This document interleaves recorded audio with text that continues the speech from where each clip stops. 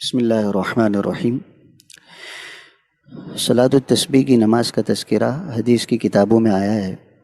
بخاری مسلم کو چھوڑ کر باقی ارباب سنن نے، نسائی کے علاوہ امام ابو داود نے، امام ترمذی نے، امام ابن ماجہ نے اپنی کتابوں میں صلاۃ التسبیح کی روایت ذکر کی ہے۔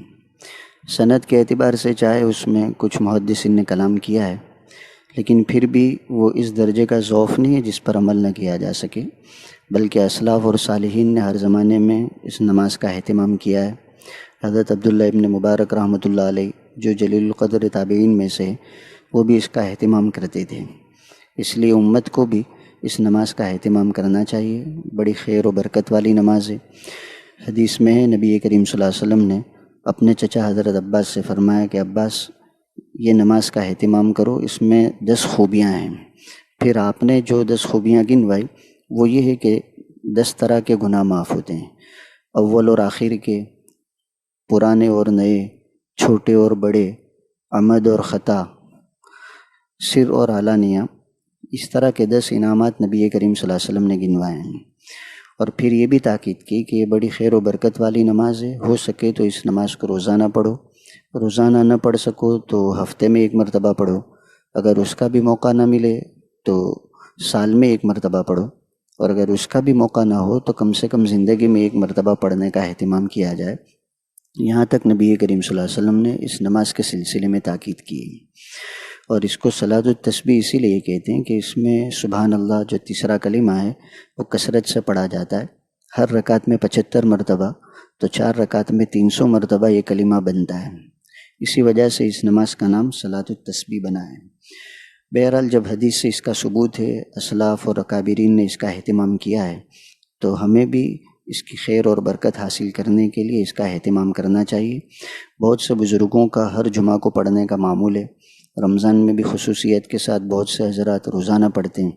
اللہ تعالی ہم کو اس پر عمل کی توفیق دے، اس نماز کا اہتمام کرنا ہمارے لیے، امت کے لیے آسان فرمائے۔ اس کے پڑھنے کے 2 طریقے حدیث کی کتابوں میں آئے ہیں۔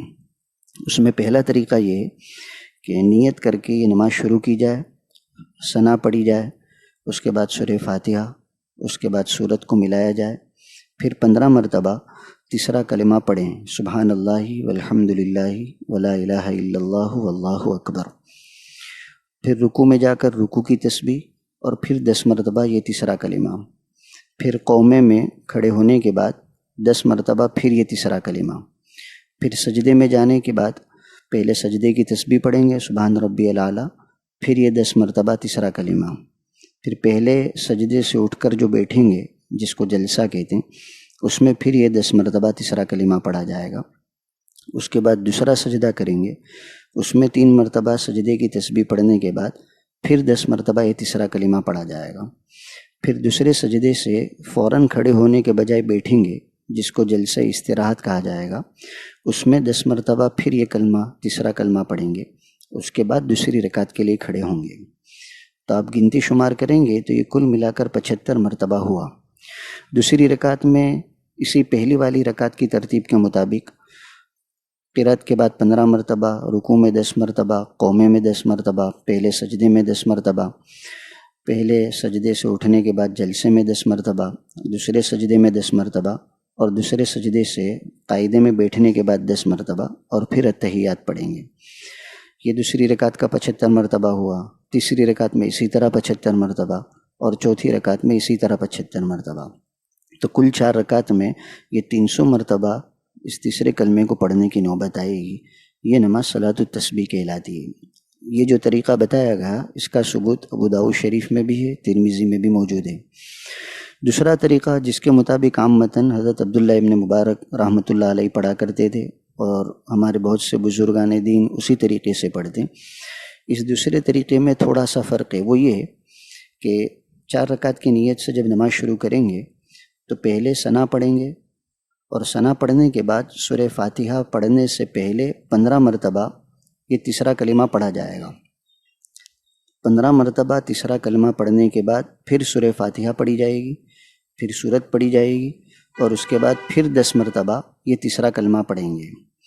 تو کھڑے رہنے کی حالت ہی میں یہ دوسرے طریقے میں 25 مرتبہ یہ کلمہ بن جاتا ہے۔ 15 مرتبہ ثنا کے بعد اور سورہ فاتحہ سے پہلے، اور 10 مرتبہ سورہ فاتحہ اور سورت پڑھنے کے بعد، یہ 25 مرتبہ ہو جاتا ہے۔ پھر رکوع میں 10 مرتبہ، یہ 35 ہوا۔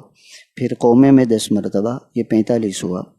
پھر پہلے سجدے میں 10 مرتبہ، یہ 55 ہوا۔ پہلے سجدے سے اٹھ کر جلسے میں 10 مرتبہ، یہ 65 ہوا۔ اور پھر دوسرے سجدے میں 10 مرتبہ، یہ 75 ہوا۔ اور دوسرے سجدے کے بعد سیدھے کھڑے ہو جانا ہے، بیٹھ کر اب پڑھنے کی ضرورت نہیں ہے۔ اور کھڑے ہونے کے بعد پہلے 15 مرتبہ یہ تیسرا کلمہ پڑھیں گے، پھر سورہ فاتحہ، پھر سورت، اور اس کے بعد پھر 10 مرتبہ۔ اسی طرح دوسری رکعت میں بھی 75 مرتبہ بنے گا، اور تیسری اور چوتھی رکعت میں بھی بنے گا۔ کل تعداد دونوں طریقوں میں 300 مرتبہ بنتی ہے۔ تو جس کے لیے جس طریقے میں سہولت ہو وہ اس طریقے سے اس صلاۃ التسبیح کو پڑھ سکتا ہے۔ انشاءاللہ جو فضیلت نبی کریم صلی اللہ علیہ وسلم نے بیان کی وہ حاصل ہوگی۔ اللہ تعالی ہم سب کے لیے عمل آسان فرمائے، اور اس مبارک نماز کی برکتوں سے، رحمتوں سے اللہ تعالی ہم سب کو نوازے۔ وآخر دعوانا ان الحمد للہ رب العالمین۔